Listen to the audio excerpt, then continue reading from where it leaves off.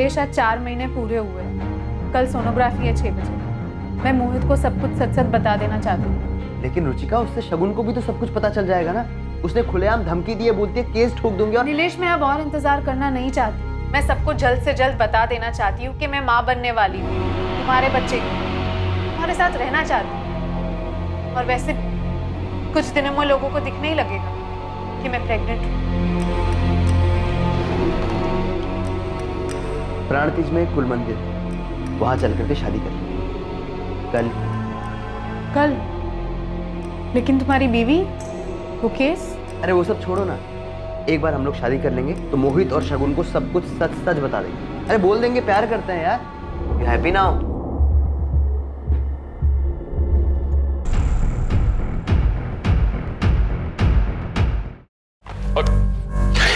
बबन, हम तुझे ठोक कर उसी जंगल में फेंक देंगे। बोल, नईम खान ने मानसी की सुपारी दी थी या नहीं? बोल। सुपारी नहीं दी थी साहब। पैसे लेते उस लड़की मानसी को ढूंढ के लाने के लिए, और हमने ढूंढा भी खूब उसे। लेकिन जब उसकी लाश की खबर मिली तो मैंने नईम खान को उसके आधे पैसे भी दे दिए थे वापस। ये लीजिए, जितना ढूंढने में खर्च हुआ है उतना ही काटा नहीं। लड़की को मारा किसने कुरैशी? इस सवाल का जवाब आपके घर में है, वो बाहर ना ढूंढिए साहब।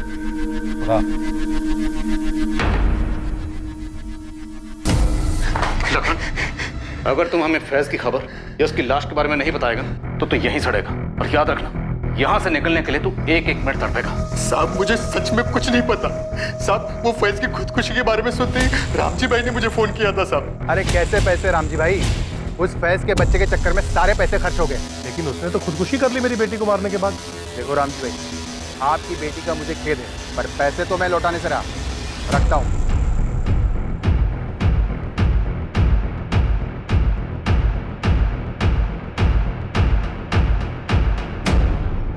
हिस्ट्री शीटर्स ने नईम और रामजी के बयानों का पुष्टिकरण किया था, पर पुलिस फिर भी उनके साथ कोई चांस नहीं ले रही थी और ना ही साहिल को क्लीन चिट दी जा रही थी। दिल्ली कौन गया था लेटर्स पोस्ट करने? मैम, मैंने कोई लेटर नहीं भेजे। मानसी मारी जा चुकी, भाई भी जा चुके, मुझे भी मार डाल। नहीं जीना है मुझे। दो परिवार अपने बच्चों को खोने से तहस नहस हो चुके हैं। फैज? कहां से?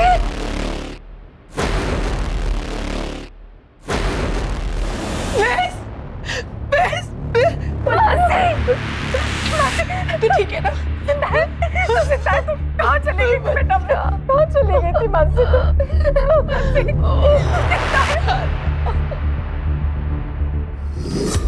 तीसरी बार भागकर हम भोपाल गए थे। वहाँ एक कार सर्विस सेंटर में मेरी जॉब लग गई और अब हमने कोर्ट मैरिज भी कर ली। खबरें पढ़ने का टाइम ही नहीं था और इच्छा भी नहीं। फैज खान उम्र 25, हिम्मतनगर गुजरात से फरार है।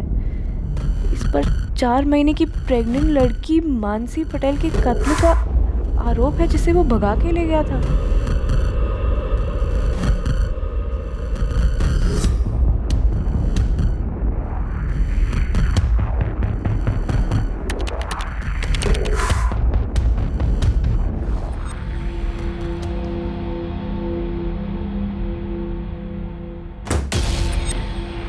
क्या हुआ मानसी? डर के मारे हम 3 दिन घर में ही बैठे रहे, कैदियों की तरह। और फिर वो सेकंड झटका आया जब वो लेटर्स वाली खबर आई।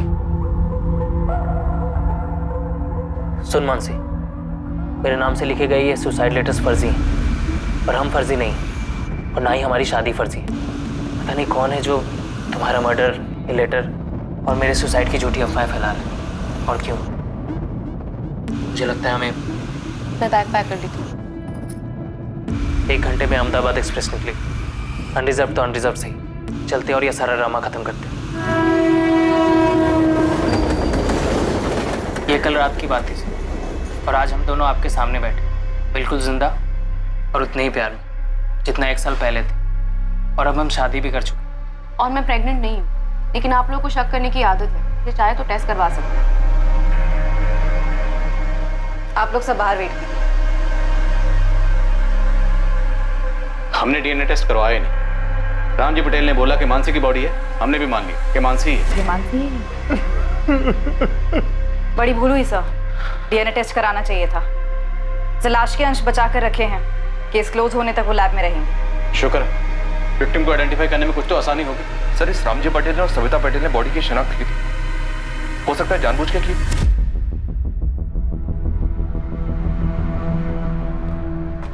रामजी, सविता और मानसी, आप लोगों को सर ने अंदर बुलाया है।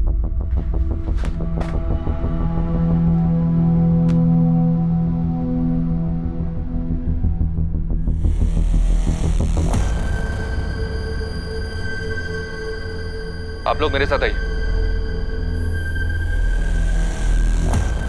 मानसी, क्या लगता है तुम, वो चिट्ठियां लिखकर फैज को कौन फंसाना चाहता होगा? बाकी लोगों का मुझे नहीं पता सर, लेकिन मैं एक आदमी को जानती हूँ जो फैज को फंसाना चाहता था।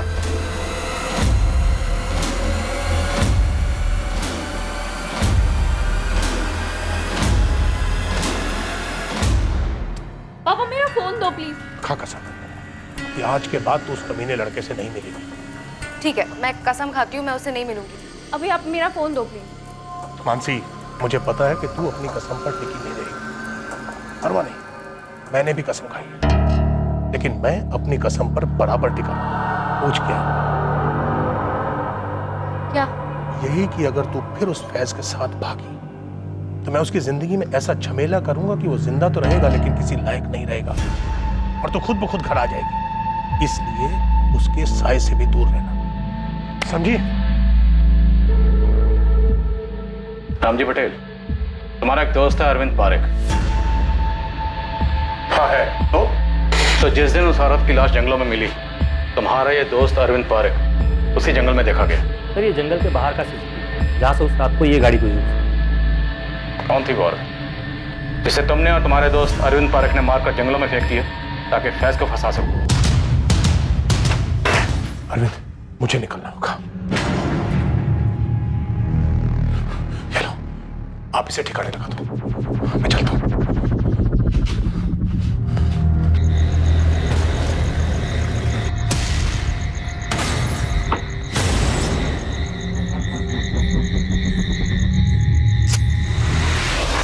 ये क्या बोले जा रहे हैं? मेरी बेटी ने कुछ बोल दिया तो कहानियां बनाई जा रहे हैं? चिट्ठी अरविंद भेजता है दिल्ली से, या उसका वहां आना जाना लगा रहता है? फैज, तुम और मानसी जब से हिम्मतनगर से निकले, कहाँ रुके, किस किस से मिले, कौन कौन से फर्जी डॉक्यूमेंट्स बनवाए, किसके जरिए बनवाए, भोपाल में घर कैसे मिला, जॉब कैसे मिला, सब कुछ एक एक करके लिखवाए। लेकिन सर, मेरी डिटेल से उस लवारिस लाश का क्या ताल्लुक? शायद ताल्लुक है, इसलिए तो इतने सवाल कर रहे हो। भैंस बेटा, तो साहब बोल रहे वो लिख दे ना। साहब, अब हमें जाने दीजिए। अब ये तो कोर्ट तय करेगा कि आप लोग कहाँ जाओगे, घर जाओगे या जेल जाओगे। साहब, कुरैशी भी बोल चुका है कि सुपारी नहीं थी। बोलने का क्या है नईम खान, बोलने को तो फैज ने भी कहा था ना तुमसे कि वो अहमदाबाद की किसी शादी में गवाह बना था। साहिल ने हमसे बोला था कि मानसी उसकी सिर्फ क्लासमेट है। मैं भी तो बोल सकता हूँ कि कुरैशी ने उस औरत को मानसी समझ के मार डाला। तुम तीनों ने मिलकर ये साजिश रची। अरे बेटा, जैन साहब तो यूं ही कुछ भी बोले जा रहे हैं। वही तो नईम खान, बोलने से बात सच नहीं होती है, सच होती है सबूतों से और गवाहों से। सबूत हम कुरेद के निकाल लेंगे और गवाह जहन्नुम से ढूंढ निकालेंगे। समझ में आया? इस अरविंद पारेख को तो हम ढूंढ ही लेंगे, इसे ढूंढेंगे, इसे तोड़ेंगे और ये बोलेगा। याद रखना, अगर हमें पता चला कि ये सब कुछ तुम्हारा किया धरा है तो बच नहीं पाओगे। मैंने बस एक बेवकूफी की है, जो उस लखन पांडे को पैसे दिए थे फैज को ढूंढने के। इसके अलावा और क्या किया मैंने? मेरी बेटी तीसरी बार घर से भागी थी, उसकी शिकायत लेकर मैं इसी पुलिस स्टेशन में आया था, लेकिन आप लोगों ने मुझे पकड़ दिया। और फिर उस लाश को मानसी की लाश बताया। किसने? आपने। मैंने बस मान लिया कि वो मानसी। सर जरा सोचिए, अगर अरविंद ने और मैंने उस औरत को मिलकर मारा फैज को फंसाने के लिए, तो क्या हमारी इस चाल में प्रांतिज के पुलिस वाले भी शामिल थे जिन्होंने उस लाश को मानसी की लाश बताया? क्या आप लोग भी शामिल थे जिन्होंने उसको मानसी बताया, ताकि मैं यहां आकर मुंडी हिला हिलाकर कहूं कि हाँ ये मानसी है, हाँ ये मानसी है? तो मैं शू बात करूं जिसको।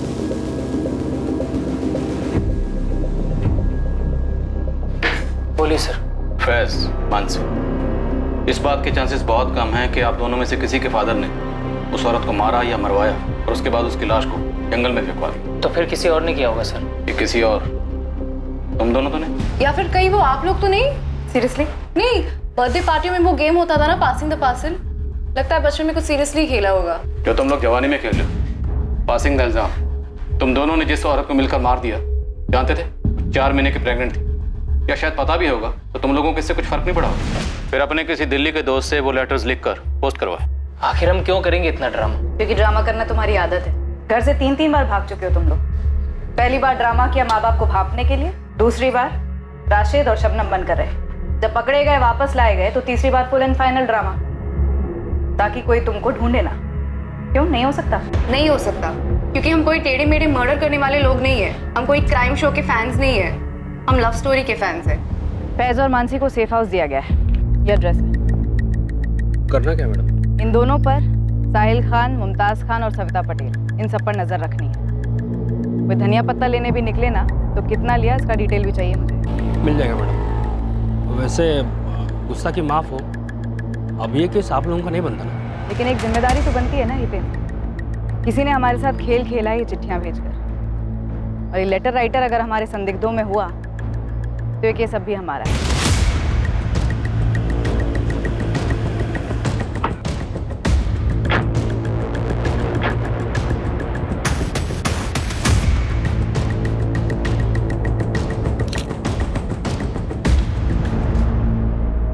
हमने इस अरविंद पारेख की हिस्ट्री निकाली, क्राइम की रात की मूवमेंट भी ट्रैक की।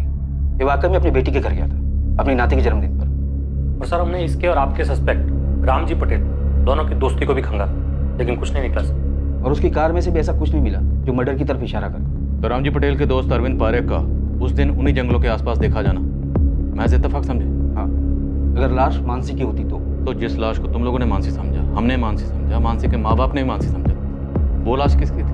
जब हमें वो लाश मिली तो हमारे पास 2 मिसिंग कंप्लेन थी। एक 4 महीने पहले की मानसी पटेल मिसिंग केस, जिसे आप लोगों ने करेक्ट किया और हमें बताना जरूर नहीं समझा। और दूसरा गांधीनगर की एक शादीशुदा औरत का, रुचिका मकवाना नाम था उसका। सर जब हमने वो लाश मिली उसके 2 दिन पहले गांधीनगर में उस लड़की की मिसिंग कंप्लेंट फाइल हुई।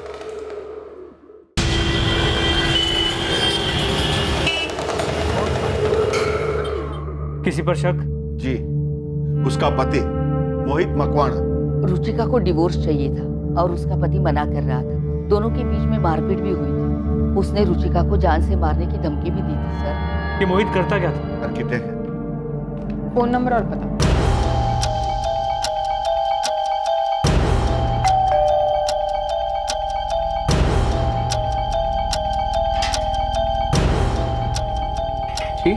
मोहित मकवाना, रुचिका मकवाना आपकी बीवी है? हाँ है। क्या हुआ रुचिका को? ये तो मुझे पूछना चाहिए। क्या किया रुचिका के साथ? मैंने कुछ नहीं किया, सारा दिन साइट पर था, थक कर सोया था। रात के 1:15 बजे आपकी बीवी घर से गायब है और आप आराम से सो रहे थे। उस दिन से मोहित मकवाना कजौली गांधीनगर की कस्टडी में है। तो लाश की डिटेल सबसे पहले तुम लोगों ने गांधीनगर पुलिस स्टेशन भेजी? जी हाँ, पर वहाँ से नेगेटिव जवाब आया। क्यों? पोस्टमार्टम रिपोर्ट के मुताबिक मौत गला घुटने की वजह से हुई और उसके बाद बॉडी को जलाया गया। औरत 4 महीने पेट से थी।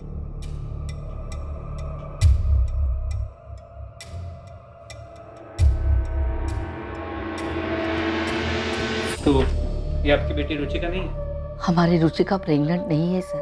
सर अभी शादी को 1 ही साल हुआ है। धीरज जी, रुचिका और मोहित के झगड़ों की वजह क्या थी?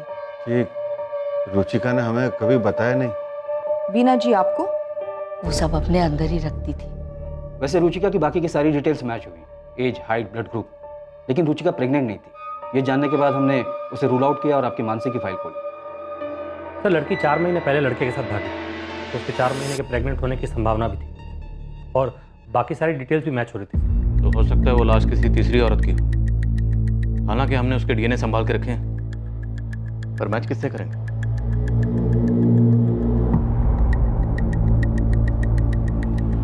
हो सकता है सर लाश को किसी और जगह से लाया गया और उसे जलाकर प्रांतिश में फेंक दिया हो। गरीब औरत होगी, आगे पीछे कोई नहीं। हमारे संदिग्धों में से किसी ने मारा, हमें गुमराह करने के लिए। ये जली हुई लाश फैज और मानसी के केस से कनेक्टेड तो बिल्कुल है। भले इस वक्त हमारे पास कोई पुख्ता सबूत नहीं है, पर वो लेटर्स उन्हें नज़रअंदाज नहीं कर सकते। वो पक्का किसी साजिश का हिस्सा।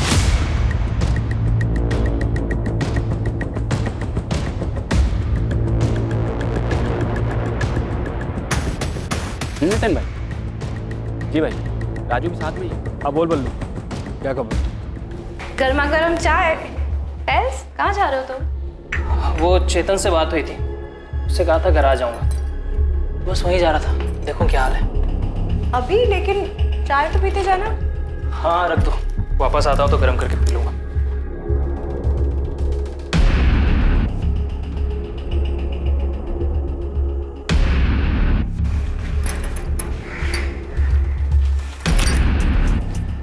हेलो हेतल, मानसी। हाँ हाँ सब ठीक है। सुनो ना, वो फैज गराज आने वाला था क्या? नहीं मतलब आने वाला था। नहीं ऐसे ही पूछ रही थी। मैं रखती हूँ। हाँ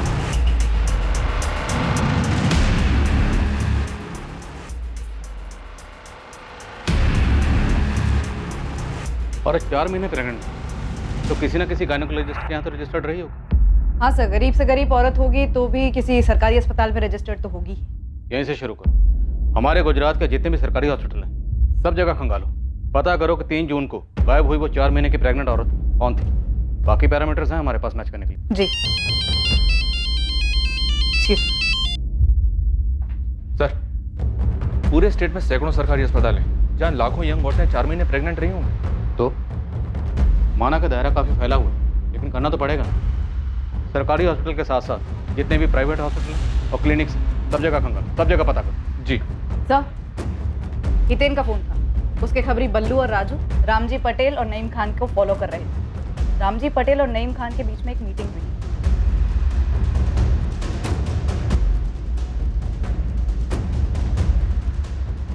दोनों को मिलकर अभी तोड़ते हैं। हो सकता है दोनों ने मिलकर उस औरत को मार डालो। तोड़ेंगे परेश, पर अभी नहीं, अब नहीं। हितेन और उसके खबरियों से कहो कि नज़र बनाए रखें, पता करें कौन कौन किस किस से मिलता है। ठीक है।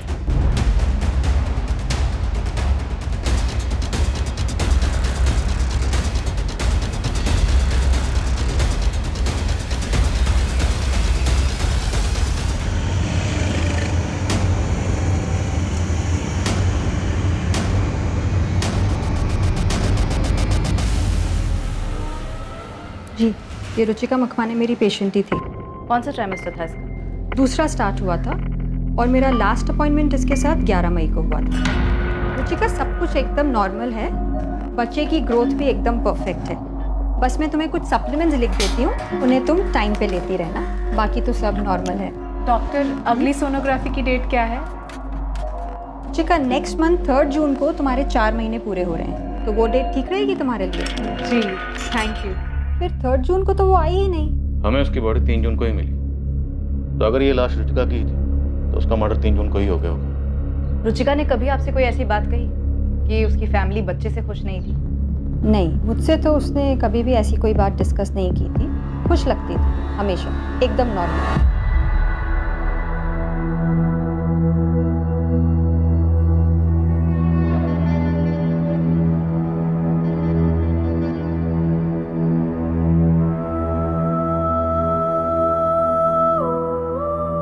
धीरज जी, हमने लाश के अंश संभाल के रखे, हमें आपके और वीना जी के डीएनए सैंपल्स लेने होंगे।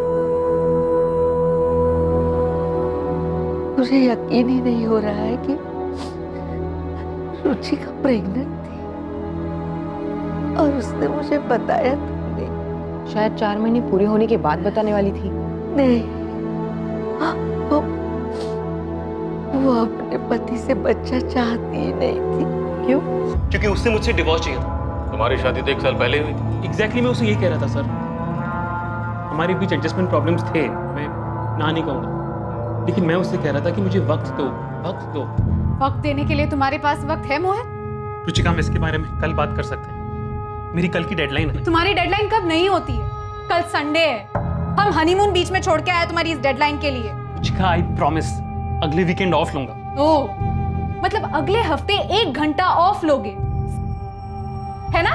वो मुंह मत खुलवाओ, ओके? मैं तो तुम्हें इंटरेस्ट ही नहीं है। कैसे होगा? मशीन हो क्या?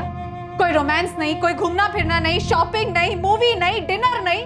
हम एक टीवी शो तक साथ में बैठकर नहीं देखते, बातचीत तक नहीं होती है हमारे बीच में, तो फिर कैसे होगा? हाँ तो चिल्ला क्यों रही हो? किसके फायदे के लिए? पूरी दुनिया को हमारे मैरिड लाइफ का फ्री अपडेट देने के लिए? मैरिड लाइफ वो क्या होता है? मैरिड लाइफ में जस्ट शट अप, ओके? कब से फालतू की बातें किए जा रही हो? बदतमीज। हर दूसरे दिन हमारे बीच ऐसे झगड़े होते, पूरे मोहल्ले को सुनाई देते। और रही बात उसकी प्रेगनेंसी की, ये नामुमकिन है, मिस्टेक हुई आप लोगों से सर। इतने दावे के साथ कैसे कह सकते? क्योंकि उसे मुझसे बच्चा नहीं, डिवोर्स चाहिए था।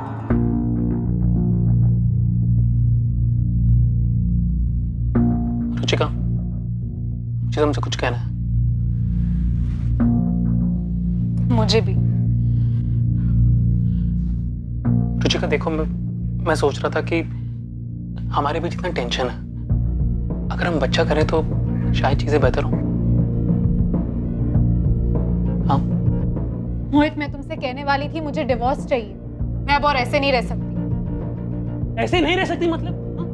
मैं कि तुम्हें टॉर्चर करता हूँ जो तुम ये ड्रामा कर रही हो? तुम्हें पूरी जिंदगी ना यही रहना होगा मेरे साथ, इसी रिश्ते में। जिंदगी भर? 6 महीने में अगर तुमसे डिवोर्स नहीं लिया ना तो मेरा नाम भी रुचिका नहीं। पिछले 6 महीने से वो अलग सोती थी, हमारे बीच सिर्फ सन्नाटा था, ढेर सारा गुस्सा था, तो बच्चा कहाँ से होता सर? हमें तुम्हारा डीएनए सैंपल लेना होगा, फीटस के अंश से मैच करना होगा। हाँ तो कर लीजिए सर, बिल्कुल कर लीजिए। रिजल्ट नेगेटिव ही निकलेगा। वो लाश रुचिका की नहीं है और वो बच्चा मेरा नहीं हो सकता। रुबीना, तुम मोहित को डीएनए के लिए ले जाओ और रिपोर्ट अवनी को भेज देना। अगर माँ बाप का डीएनए लाश के अंश के साथ मैच होता है और मोहित का डीएनए फीटस के डीएनए से मैच होता है तो मतलब मोहित झूठ बोल रहा है। तोड़ेंगे उसे, बुलवाएंगे। और अगर मोहित का डीएनए फीटस के डीएनए के साथ मैच नहीं होता तो फिर इसका एक ही मतलब, रुचिका का किसी के साथ अफेयर था और इसीलिए शायद वो इतने अर्जेंटली मोहित से डिवोर्स मांग रही थी। तो क्या रुचिका प्रेमी का बच्चा रखना चाह रही थी? उसे शादी के लिए फोर्स कर रही थी और प्रेमी छुटकारा पाना चाह रहा था। तो अब रुचिका के प्रेमी को ढूंढना होगा। सर, अगर मोहित सच बोल रहा है तो ये प्रेमी खूनी हो सकता है। गराज में सब कैसे चल रहा है? बढ़िया। हेतल चेतन कैसे है? मुझे मिस कर रहे थे, तुम्हें भी हाय बोला है। मेरे सर में बहुत दर्द हो रहा है, मैं थोड़ा आराम कर लेता हूँ।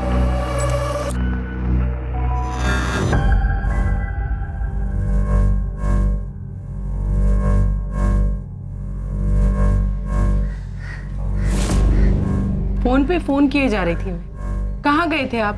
दुकान पर भी नहीं थे। एक जरूरी काम था। नहीं, कुछ छुपा रहे हैं आप? आपने मुझे बताया नहीं कि आपने मानसी को धमकी दी थी कि आप फैज को फंसाएंगे।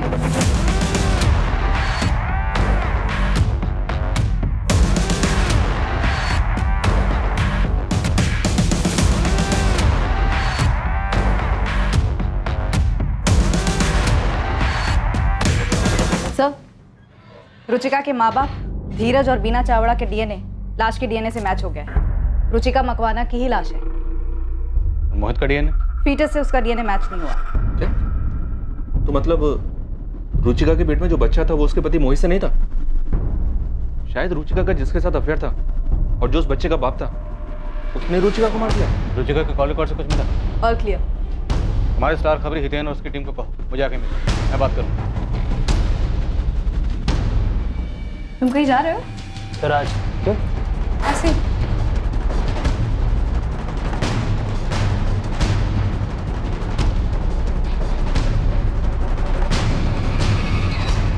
साहब, अहमदाबाद और गांधीनगर में रुचिका के बॉयफ्रेंड ढूंढने से अच्छा होगा कि रुचिका के कॉल रिकॉर्ड चेक किया जाए। अरे वो तो हम कर ही लेंगे, पर आपके सारे केसेस फोन रिकॉर्ड से सॉल्व होंगे। अब तो स्टैंड अप कॉमेडियंस भी हमारा मजाक उड़ाने लगे। जरा सोचो, जब ये मोबाइल फ़ोन नहीं थे तब केसेस कैसे सॉल्व होते? जूम का, मैदान में कूद जाओ मैदान में।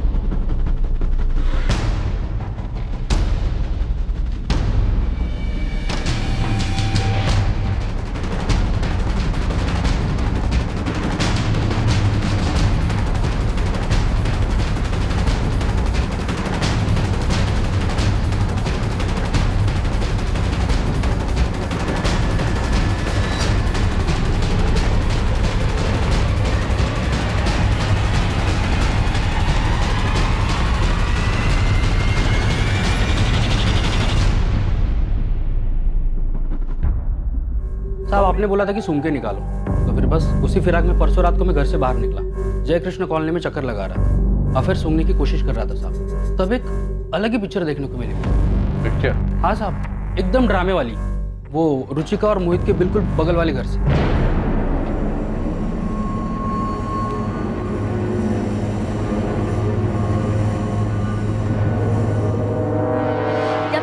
मर्डर की खबर आई है, तुमने तो अपना डिवोर्स का जा भी करना बंद कर दिया।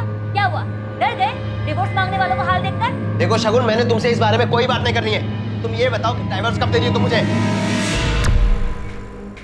पहले तो मैं तुम पर दहेज और घरेलू हिंसा का केस ठोकूंगी, उसके बाद उसे जीतूंगी। तुम्हें कुछ सालों की सजा होगी, तब तक हमारे आरुष की शादी भी हो जाएगी, उसके बाद मैं तुम्हें डिवोर्स दे दूंगी, समझे? मनुष्य का तू तेरी माँ, समझा? हट। शगुन, मजा आ रहा है ना तमाशा देखने का? जी नहीं, वो कुछ काम से मोहित साहब से मिलने आया था, पता चला वो। हाँ ठीक है, मैं भी यहाँ सामने ही रहता हूँ।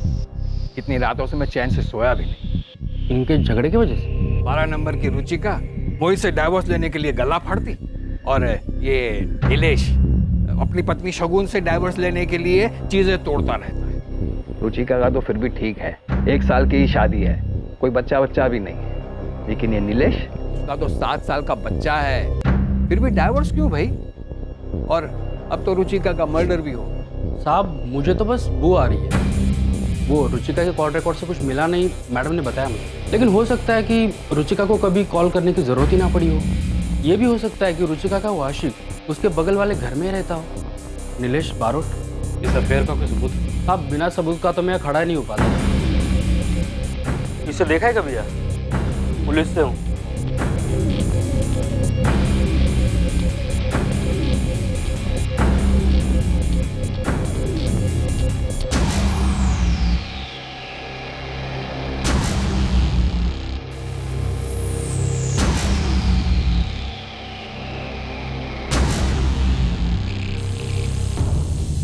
ये नीलेश का फोटो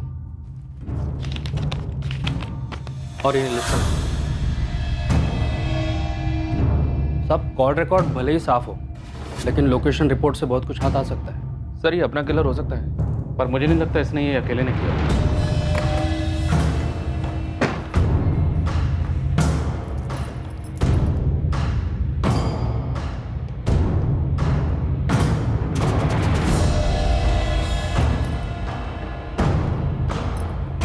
हेलो चेतन, फैज आया था क्या गराज? नहीं, ऐसे ही पूछ रही थी, वो उसका फ़ोन नहीं लग रहा था। मैं बाद में बात करती हूँ।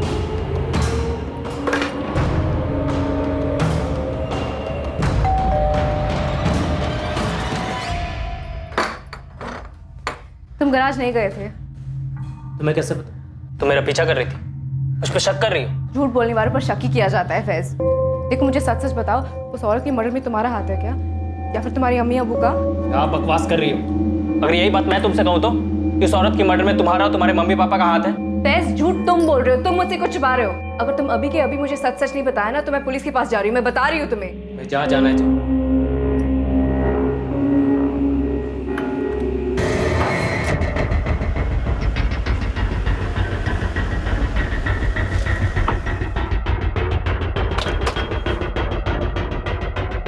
ये नीलेश बारोट ऑफिस में है? जी, सुबह से कहीं गए नहीं।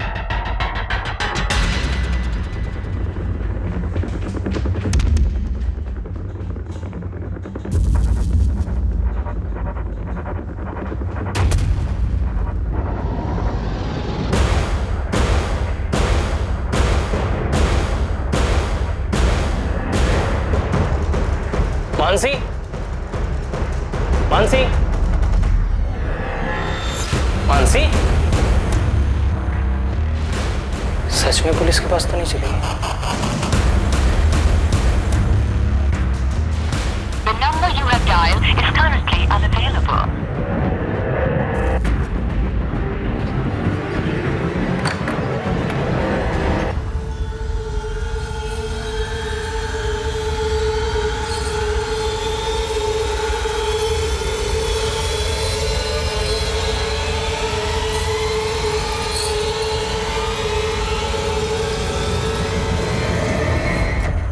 देखिए, आप लोग मुझ पर इस तरह से झूठा इल्जाम नहीं लगा सकते। एक तो आप ये केस सॉल्व कर नहीं पा रहे हैं, और ऊपर से मुझे बली का बकरा बना रहे हैं। आपके किसी भी सवाल का कोई जवाब नहीं दूंगा मैं।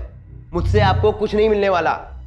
हमारे इस लॉकअप में अक्सर मुजरिम उगलते हैं और हम सुनते हैं। आज कुछ अलग करते हैं। आज हम बोलेंगे और तू सुनेगा। तुम और रुचिका पड़ोसी थी, पड़ोसी से फिर दोस्त बने, दोस्त से फिर प्रेमी और प्रेमिका, और फिर तुम दोनों में अफेयर शुरू।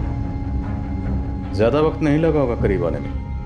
सब ठीक चल रहा था और फिर रुचिका प्रेग्नेंट हो गई। शादी करना चाहती होगी तुमसे और तुम्हारी बीवी तुम्हारे ऊपर केस करने की बात कर रही थी। तुम दोनों तरफ से फंस चुके थे और वक्त निकला जा रहा था। नीलेश, आज 4 महीने पूरे हुए हैं। कल सोनोग्राफी है 6 बजे। मैं मोहित को सब कुछ सच सच बता देना चाहती हूँ। लेकिन रुचिका, उससे शगुन को भी तो सब कुछ पता चल जाएगा ना। उसने खुलेआम धमकी दी है, बोलती है केस ठोक दूंगी। और नीलेश, मैं अब और इंतजार करना नहीं चाहती। मैं सबको जल्द से जल्द बता देना चाहती हूँ कि मैं माँ बनने वाली हूँ। तुम्हारे बच्चे तुम्हारे साथ रहना चाहती हूँ। और वैसे कुछ दिनों में लोगों को दिखने ही लगेगा कि मैं प्रेग्नेंट हूँ। प्राणतीज में कुल मंदिर, वहां चल करके शादी कर कल। कल?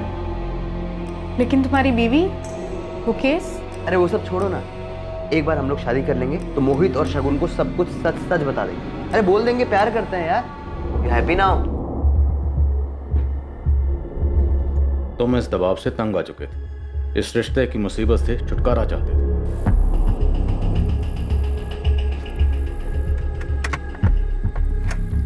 हाँ, क्यों रुके? कुल मंदिर तो आगे है ना? अरे वो पंडित जी का परिवार है पास में, 10 मिनट मिल लेते हैं उनसे और फिर मंदिर भी पास में, पैदल पैदल निकल जाए। ठीक है, चलो।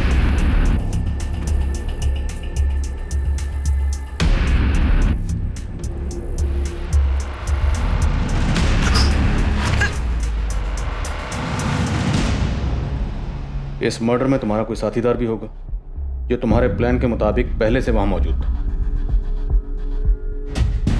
बोल, कौन था तुम्हारा साथीदार? बोल। अबे बोल दे, नहीं तो चमड़ी उधेड़ देंगे तेरी। समझ में आया? और तुम्हें लगता है कि फैज का कोई हाथ हो सकता है इसमें? वो मुझसे झूठ क्यों बोल रहा है? मुझसे कुछ छुपा क्यों रहा है?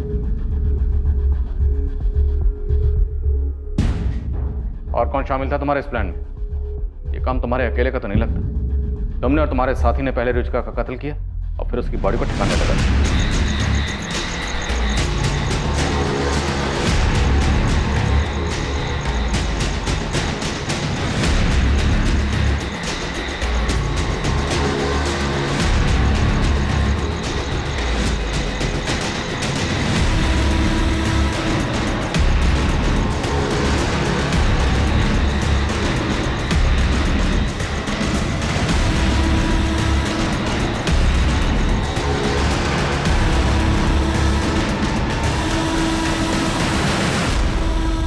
रुचिका को मानसी समझने की प्रांतिज पुलिस और हमारी गलती का तुमने फायदा उठाने की सोची। तुमने मानसी और फैज के केस को बड़ी बारीकी से स्टडी की और फिर वो चिट्ठियां लिखी। कोई साथीदार था या ये सब अकेले ने किया? आपके पास मेरे खिलाफ एक भी सबूत नहीं, एक भी। तुमने फैज की किसी और से बात होते हुए सुनी? कोई मिलने आया था उससे? ये भैया बस यहीं रोक दीजिए।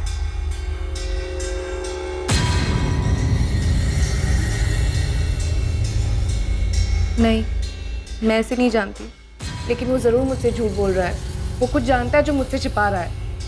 सबूत की टेंशन मत लो बेटा, एक नहीं दो। तुम लोगों ने प्लानिंग तो बहुत तगड़ी की। रुचिका और तुम मोबाइल पर कभी बात ही नहीं करते और रुचिका जब भी तुमसे मिलने ऑफिस आती थी तो अपना फोन स्विच ऑफ करके घर पर ही छोड़कर आती थी, है ना?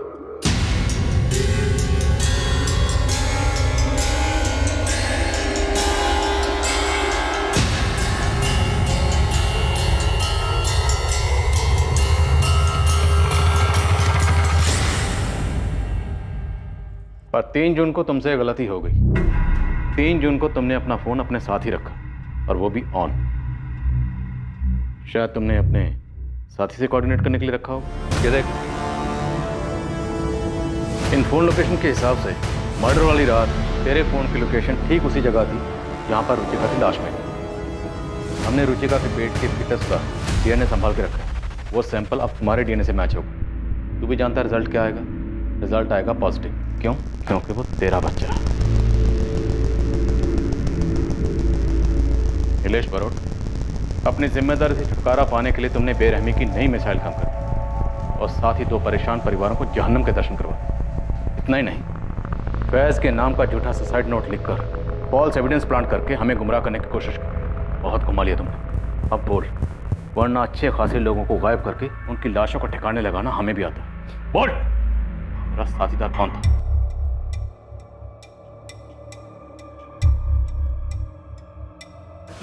मानसी, प्लीज मुझे तुमसे कुछ बात करनी। Ma'am, 1 minute.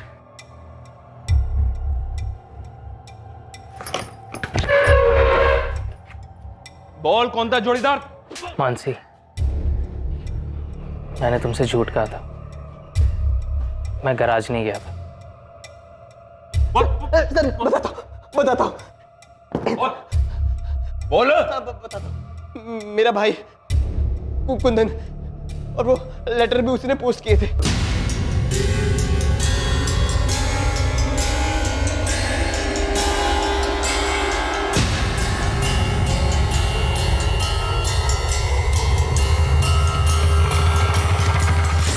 फैज, तुम आखिर गए कहाँ थे? मैं अपने घर गया था, अपनी अम्मी से मिलने। मुझे उनकी बहुत याद आ रही थी मानसी, लेकिन इसके पीछे कोई साजिश नहीं है। तुम्हें नहीं आती अपने मम्मी पापा की याद?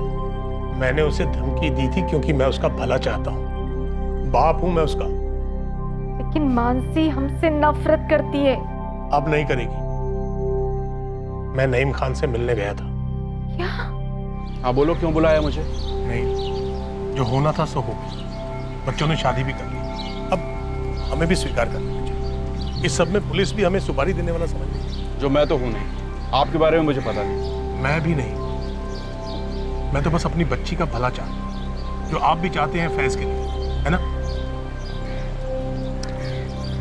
ठीक कह रहे हो रामजी भाई, इस बात पे मिट्टी डालते हैं। इन दोनों बच्चों की मर्जी कबूल कर लेते हैं। फैज, अगर इतनी सी बात थी तो तुमने मुझे पहले क्यों नहीं बताया? तुम्हें क्या लगा कि मैं तुम्हें तुम्हारी अम्मी से मिलने नहीं दूंगी? नहीं मानसी, ऐसी बात नहीं है। तुम अपने घर वाले से मिलने नहीं चाहती थी, और मैं नहीं चाहता था कि मुझे मेरे घर जाते तक तुम्हें बुरा लगे। लेकिन हमारा प्यार सच्चा है मानसी। लेकिन हमारे माँ बाप भी तो, जो भी हुआ अपनी जगह तो वो ठीक ही थे। बगावत हमने की, हमारा भाग कर शादी करना सिर्फ उतना ही नहीं रह, एक मर्डर केस भी जुड़ गया। इतने परेशान हो गया ऐसे। मानसी, मुझे लगता है तुम्हें भी अपने मम्मी पापा से मिल लेना चाहिए। एटलीस्ट हम ट्राई करके तो देखें। माफी मांग लो, माँ बाप है, मान ही जाएंगे। नीलेश बारोट और उसके छोटे भाई कुंदन पर धारा 302 के तहत डबल मर्डर के चार्जेस लगे हैं, रुचिका के और उसके पेट में पल रहे बच्चे के मर्डर के जुर्म में। साथ ही धारा 120 के तहत सबूत मिटाने और पुलिस को गुमराह करने के चार्जेस भी लगाए गए हैं। मोहित मकवाना को जुडिशियल कस्टडी से रिहा कर दिया गया है और उसके खिलाफ सारे चार्जेस खारिज कर दिए गए हैं। रुचिका के पेरेंट्स को उसके अफेयर और उसके मर्डर की हकीकत को मानने में काफी समय लगेगा। फैज और मानसी ने हिम्मतनगर में ही रहने का फैसला कर लिया है। फैज अपने गराज लौटा है और मानसी ग्रेजुएशन के साथ पार्ट टाइम जॉब कर रही है। उन दोनों के परिवारों ने उन्हें सपोर्ट करने का फैसला किया है। अभी तक किसी भी बिरादरी के ठेकेदारों ने कोई खास आपत्ति नहीं जताई।